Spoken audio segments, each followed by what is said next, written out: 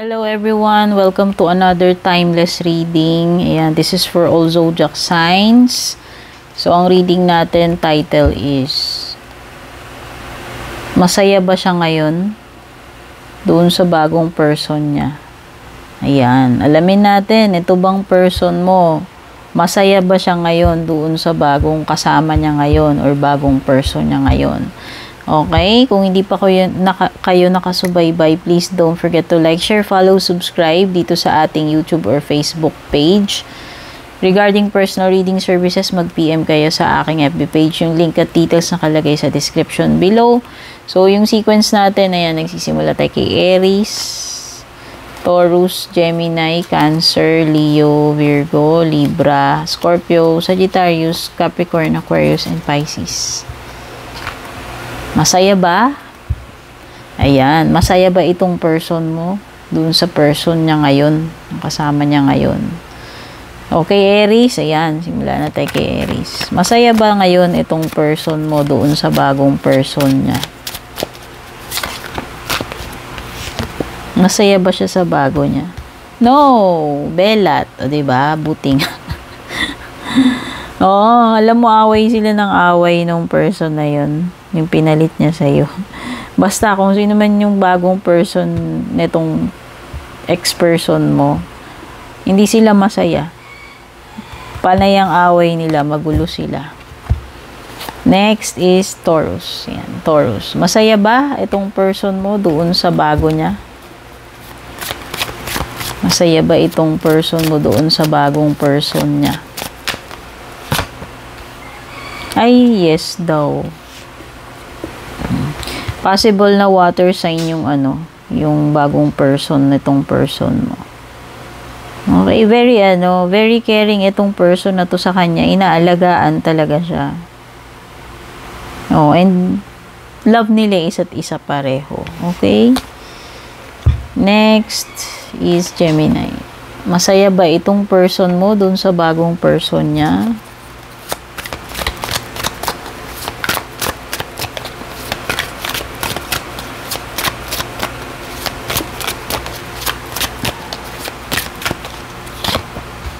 Yes, at possible na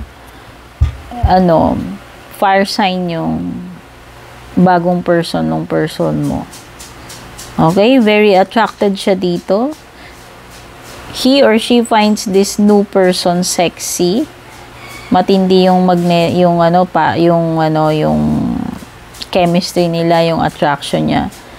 As in, sobrang attracted siya. Pwedeng deads na dead siya dito sa babae o lalaki na ito. Okay, Gemini. Next is Cancer. Masaya ba ito, person mo, Cancer, dun sa bagong person niya?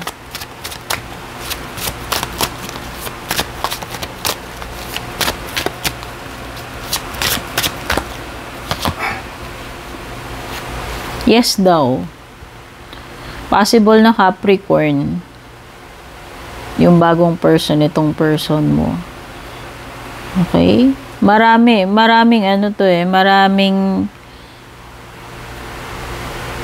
obligations.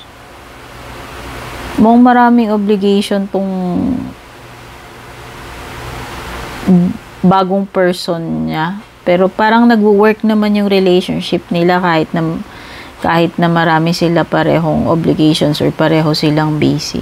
Nababalanse nila Nababalanse nila yung relationship nila, nababalanse nila yung mga positive and negative traits nilang dalawa. Kumbaga balanse yung union nila. Maayos naman yung chemistry nila, nagwo-work. Next is Leo. Yan, Leo. Masaya ba itong person mo doon sa bagong person niya, Leo? Tignan natin.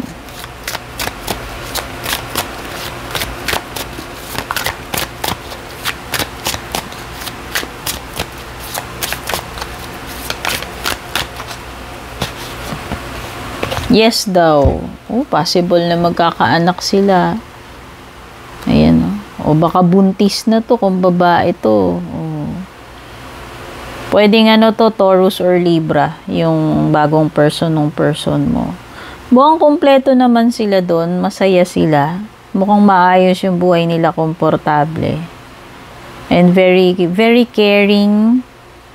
Alagang-alaga siya nitong person na to or alagang-alaga niya itong bagong person niya na ito. No? Ayan. Next is Virgo. Masaya ba itong person mo dun sa bagong person niya, Virgo? Tingnan natin.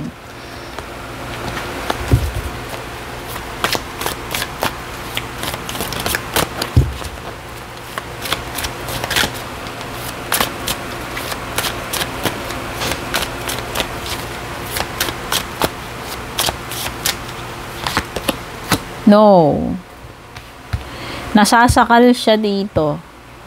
Oh, mahigpit or seloso-selosa. Ayan, limitado yung kilos niya. No? Kung lalaki siya, under desire siya. Kung babae naman siya, masyadong seloso tong lalaki na to na ipinagpalit niya sa iyo. Wala siyang kalayaan, limited yung mga kilos niya. Ayan. Or very dependent siya dito. Hindi niya kaya to eh. Mas dominant itong person na pinalit niya. So, ayan. No. Okay, hindi siya masaya ngayon doon, Virgo. O, diba? Buwaha ka. Hello, Libra. Ayan. Tignan na natin, Libra, kung masaya ba tong person mo doon sa bagong person niya.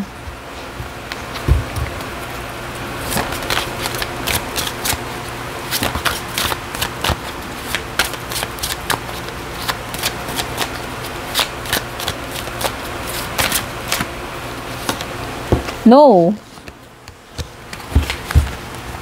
Nangihinayang siya ngayon, Libra.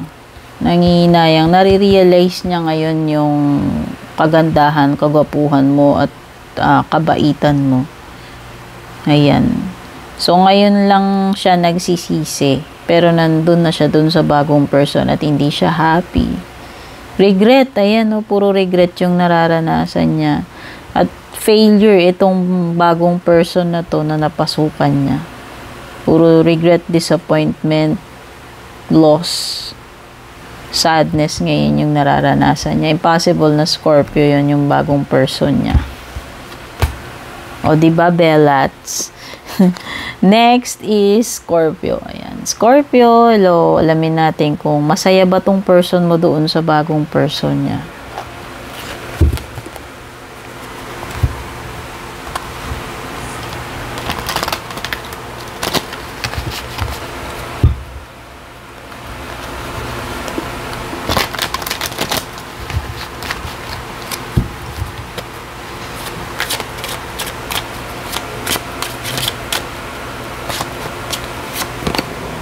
Yes daw.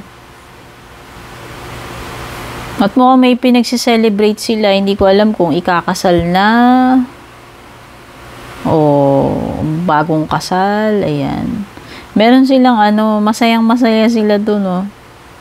Itong person mo tsaka yung bagong person. Hindi lang kasi ito romantic eh. Parang magkasundo rin sila as magtropa, magkaibigan. So, yung samahan nila is mas malalim. May friendship and romance, no? Hindi lang magjowa, mag-asawa, kundi mag-best friends din yung turingan nila. Ayan. At saka talagang magkakasundo yung person mo, pati yung mga kaibigan nitong person na to. Okay? Magkaka-close sila lahat-lahat. No? Next is Sagittarius. Ayan. Masaya ba tong person mo, Sagittarius, do sa bagong person niya? Tingnan natin.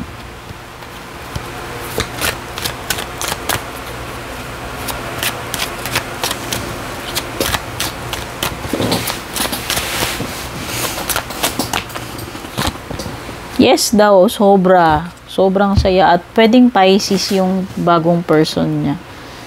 Ayan. Kontento na siya dun. Wala na siyang hahanapin. At very proud nga siya doon sa person na pwedeng ibinibida niya. Niyayabang niya. Para sa kanya, ito yung success, wish come true, fulfillment. No? Sobrang satisfied siya ngayon sa nangyayari ngayon dito sa love life niya doon sa bagong person. Okay? Next is Capricorn. Masaya ba itong person mo, Capricorn, dun sa bagong person niya? Tignan natin.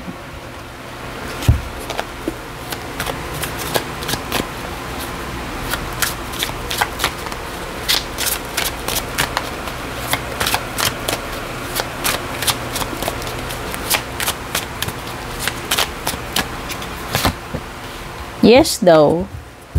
Possible na mas bata sa kanya tong person na to. Yung bagong person niya. Possible na fire sign, Aries, Leo, or Sagittarius yan. Okay. Marami silang plano nito. Marami siyang plano dito para sa person niyang bago.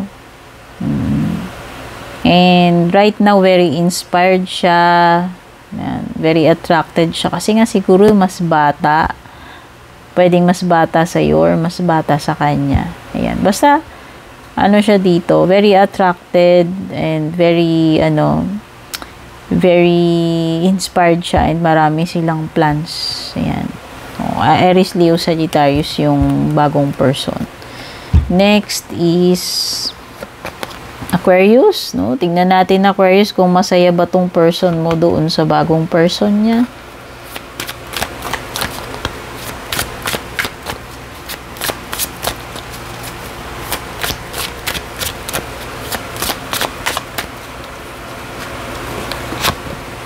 No. Somewhat disappointed or feeling nangihinayang to. Dahil binitiwan ka niya or humiwalay siya. Hindi ko alam kung sino yung humiwalay sa inyo. Pero ngayon nagsisisi siya. Hindi siya masaya doon. Okay? Hindi ko alam for some reason na pwedeng Scorpio yung bagong person niya. So, siguro na-realize niya na mas masaya siya doon sa feeling mo. Mas okay ka na jowa. No? Okay? Pero yun na nga, huli ng lahat. Regret is real. And last but not least is Pisces. Tingnan na natin Pisces kung masaya ba itong person mo doon sa bagong person niya. Okay, regarding personal reading services Pisces, panoorin mo na lang yung intro video kung interesado ka mag-avail. Masaya ba Pisces itong person mo doon sa bagong person niya? Let's see. Yes, so pwedeng Virgo yung bagong person nitong person mo at na itong person na bago niya is very successful, independent person. Kaya siguro believe na believe siya. No, bukod sa na in love na siya diyan, believe na believe pa siya kasi pwedeng maganda yung career nito, successful, no? Pwedeng may na-achieve na to. At saka, napapamper siya sa material things no? Siguro, maraming datong nabibigay yung mga, yung mga luho na hindi mo na ibibigay. Basta, itong person na bago, successful siya at pwedeng marami siyang datong. Okay? So, ayan. So, thank you so much everyone sa panonood nitong ating readings. At kung nagustuhan nyo, don't forget to like and share this video. Take care and God bless to all. Panoorin nyo intro guys, no? Kung gusto nyo ng mga additional info, lalo na about reading services natin, kung gusto nyo mag-avail. Babush!